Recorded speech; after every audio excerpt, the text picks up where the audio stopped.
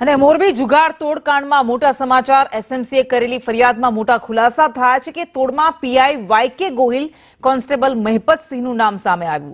63 લાખનો તોડ કર્યાનો એફઆઈઆરમાં ઉલ્લેખ કરવામાં આવ્યો છે। મીડિયામાં ન આવવા માટે 63 લાખ રૂપિયા વેપારીઓ પાસેથી માંગવામાં આવ્યા હતા। 6 વેપારીઓ પાસેથી અલગ અલગ 6 વેપારીઓ પાસેથી 63 લાખ રૂપિયા પડાવ્યા હતા।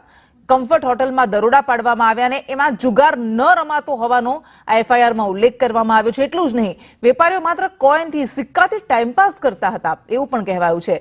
વેપારીઓને પીઆઈએ ષડયંત્ર રચીને ફસાવાનું કામ કર્યું હતું। વધુ વિગત સાથે આપણી સાથે મયુર સરવૈયા જોડાઈ ગયા છે। મયુર, આ મોરબી જુગાર તોડકાંડમાં જે મોટો ખુલાસો થયો, પોલીસની કામગીરી સામે જ અહીંયા સવાલ ઉઠ્યા છે, એમની ભૂમિકા સામે જ શંકા ઉઠી છે।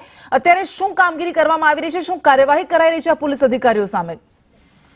બિલકુલ કૃષ્ણા, જે મોરબીનો તોડકાંડનો જે મામલો જે છે તેમના તોડબાજ પીઆઈ જે છે વાયકે ગોહિલ, તેમની સામે ફરિયાદ જે છે તે એસએમસીના પીઆઈ જે છે તેમના દ્વારા નોંધવામાં આવી છે। સાથે સાથે હેડ કોન્સ્ટેબલ મહિપતસિંહ જે છે તેમની સામે પણ ફરિયાદ જે છે તે નોંધાઈ છે। ઉલ્લેખનીય છે કે મોરબી જુગારકાંડ જે છે તે આખો બનાવટી ઉભો કરવામાં આવ્યા હોવાનું એસએમસી જે છે તેમની ફરિયાદની અંદર ખુલાસો જે છે તે કરવામાં આવ્યો છે।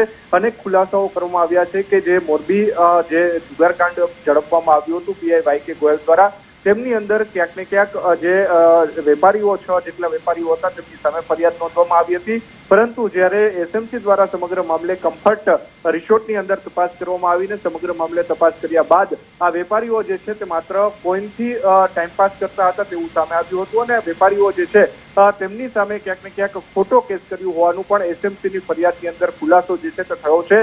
એટલે કે પીઆઈ જે છે તેમના દ્વારા મીડિયાના નામે ખોટા રૂપિયા ઉઘરાવ્યા હોવાનું સામે આવ્યું છે અને 63 લાખ રૂપિયાનો તોડ કર્યો હોવાનું સામે આવ્યું છે। જી બિલકુલ મયુર, આભાર આપનો તમામ વિગત માટે।